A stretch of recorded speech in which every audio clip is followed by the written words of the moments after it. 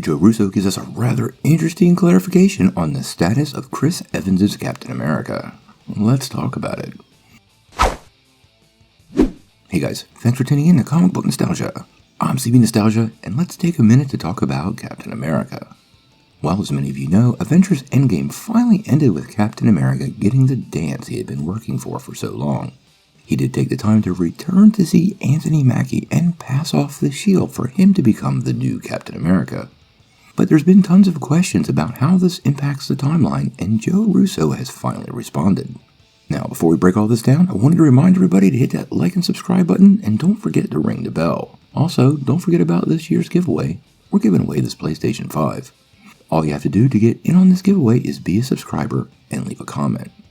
Joe Russo, one half of the Russo brother directing team, recently gave a couple of new comments on the status of Captain America and exactly what happened to him in the MCU. This has been a question fans have been demanding answers for since the movie came out 2 years ago, and he finally gave us a couple of answers on the Lights, Camera, Barstool podcast. This is what he said.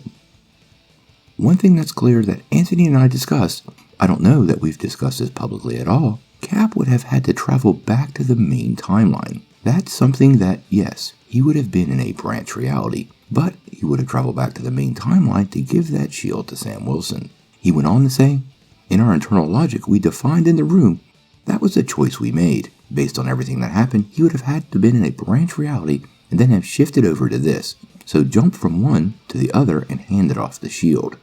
So what this means is that life lived by Chris Evans' Steve Rogers in the MCU was an alternate Earth.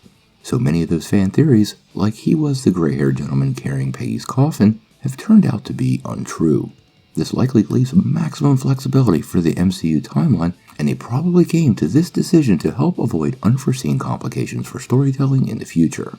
One other interesting aspect of Chris Evans' Steve Rogers living in another timeline with Peggy Carter would be a series of adventures that could have happened that we've never heard of. There's been a ton of fan speculation about how the shield was put back together.